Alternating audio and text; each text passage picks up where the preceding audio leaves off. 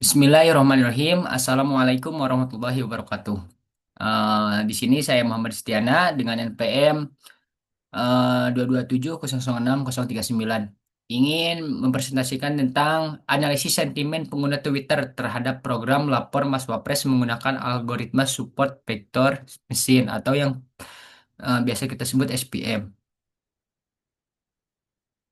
Lanjut, kenapa sih saya melakukan penelitian ini? Yang pertama mungkin penelitian ini dilatar belakangi oleh perkembangan teknologi dan media sosial yang semakin maju telah membuka ruang yang lebih luas bagi masyarakat untuk menyampaikan aspirasi, keluhan maupun apresiasi terhadap kinerja pemerintah. Salah satu inovasi terbaru dalam bidang pelayanan publik adalah program Lapor Mas Wapres, sebuah inisiatif yang digagas oleh Wakil Presiden Republik Indonesia sekarang, yakni Gibran Rakabuming,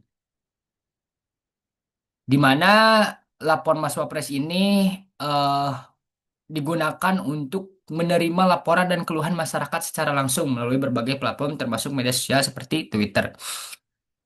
Mengingat banyaknya penggunaan platform ini, analisis sentimen pengguna Twitter perlu dilakukan. Dengan demikian, penelitian yang saya bahas ini akan membahas dan berfokus terhadap analisis sentimen pengguna Twitter terhadap program lapor Mas Wapres menggunakan algoritma SPM. Dengan harapan mungkin penelitian yang saya lakukan ini bisa memberikan wawasan yang luas dan bisa juga apabila ada kurang menjadi saran dan tolak ukur bagi peningkatan pelayanan ke depannya.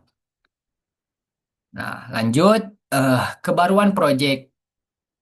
Penelitian yang saya lakukan ini menonjolkan kebaruan mungkin yang pertama dalam sisi metodologis di mana penelitian ini menerapkan algoritma SPM, suatu pendekatan yang belum pernah dikaji pada studi terdahulu.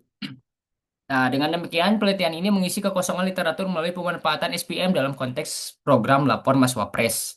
Berbeda dari studi-studi sebelumnya, bahwa studi-studi sebelumnya yang pernah dilakukan itu masih terlalu umum. Contohnya, penelitian yang dilakukan oleh Yuli Ratnasari pada 1 Januari 2025, di mana ia menganalisis tentang analisis teori keheningan pada persepsi publik terkait program lapor Mas Wapres oleh media massa, di mana di sana dijelaskan bahwa eh, lapor Mas Wapres ini akan menjadi perspektif antara bagus dan buruknya, di mana media media massa yang pro akan menonjolkan keberhasilan dan eh, ma- media massa yang kurang pro maka dia akan menonjolkan kritikan.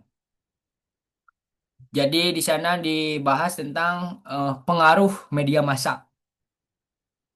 Lalu selain dari itu juga ada Nikmatul Wahyuni, di mana ia menganalisis tentang tutur ekspresif yang meliputi tindak tutur ekspresif memuji, mengkritik di akun Instagramnya Mas Gibran. Jadi masih umum dan masih juga belum tentang analisis sentimen gitu. Kemudian selanjutnya, nah, analisis project ini mungkin memiliki kebutuhan project di mana meliputi kebutuhan fungsional, kebutuhan non-fungsional, dataset, dan lain-lain. Nah, kebutuhan fungsional ini meliputi tentang sistem mampu melakukan pengambilan data, sistem mampu melakukan preprocessing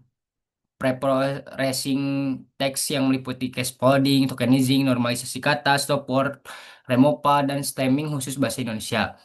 Kemudian sistem mampu mengubah data teks menjadi referensi vektor. Oh, sistem mampu melakukan klasifikasi sentimen, sistem mampu menghasilkan evaluasi kinerja model berupa akurasi, precision, recall, dan F1 score. Sistem mampu menampilkan visualisasi hasil analisis sentimen dan topik-topik dalam bentuk grafik, word cloud, dan conversion matrix. Lalu yang kedua di kebutuhan non fungsional ini meliputi sistem harus dapat diimplementasikan pada platform Google Colab, sistem harus mencapai akurasi minimal 85% untuk memastikan reliabilitas hasil analisis sentimen. Proses klasifikasi visualisasi harus dapat diselesaikan dalam waktu komputasi yang efisien, tidak lebih dari 10 menit. Sistem harus mampu menangani variasi bahasa termasuk bahasa formal dan informal. Lanjut, dataset. Dataset yang digunakan dalam penelitian ini adalah cuitan-cuitan yang ada di Twitter, di mana saya mengambil cuitan-cuitan ini yang di hashtag lapor Mas Wapres, tag lapor Mas Wapres ini dalam periode November 2024 sampai Mei 2025. Lanjut. Nah, ini mungkin arsitektur proyeknya. Lanjut. Nah, untuk pemodelan sistem aplikasi, bahwa setelah tadi data-data dibawa secara mentah, gitu, maka harus diolah terlebih dahulu data tersebut, dimulai dari cleaning dan cascading.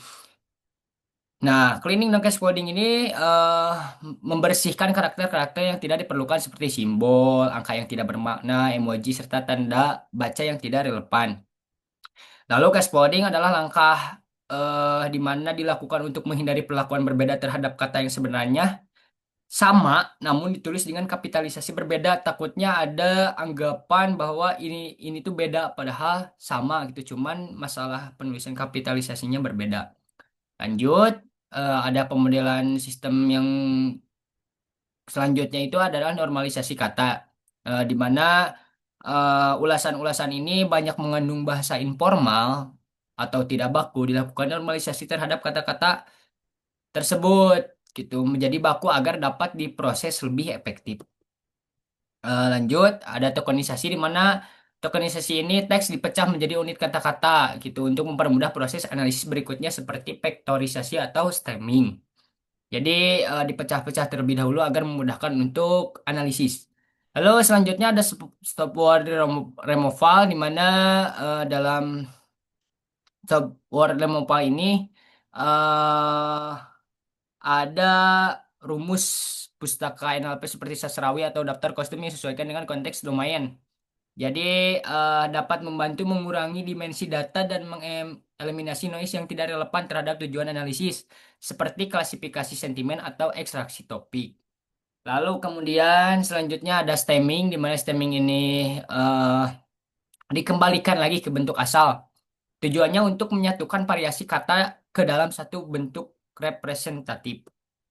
Lanjut, ini adalah pelabelan data di mana jumlah data dan data uji eh, bisa dilihat. Kemudian jumlah analisis sentimen di mana yang pengguna-pengguna Twitter ini eh, dikategorikan positif terhadap lapor Mas Wapres ini, gitu. Lalu negatif ada juga sekitar 15%. Lanjut. Nah, ini adalah SPM Confusion Matrix yang sebelah kiri saya. Lalu di sini ditampilkan bahwa akurasi yang didapatkan adalah 85,19%. Di mana ini sudah memenuhi kriteria yang harus minimal 85%. Nah, mungkin sekian dari saya. Terima kasih. Mohon maaf apabila ada kesalahan. Kesimpulannya mungkin tentang pembahasan penelitian lapor Mas Wapres ini, eh dari pengguna Twitter rata-rata mengapresiasi dan setuju, bagus gitu, terhadap lapor Mas Wapres ini, program lapor Mas Wapres ini. Tapi pada persepsi kalian mungkin ada yang beda-beda, apakah ada pro atau kontra atau mau mengkritik tentang masih kurangnya apa, itu silahkan. Intinya mungkin penelitian ini khusus terhadap pengguna Twitter. Sekian, terima kasih. Wassalamualaikum warahmatullahi wabarakatuh.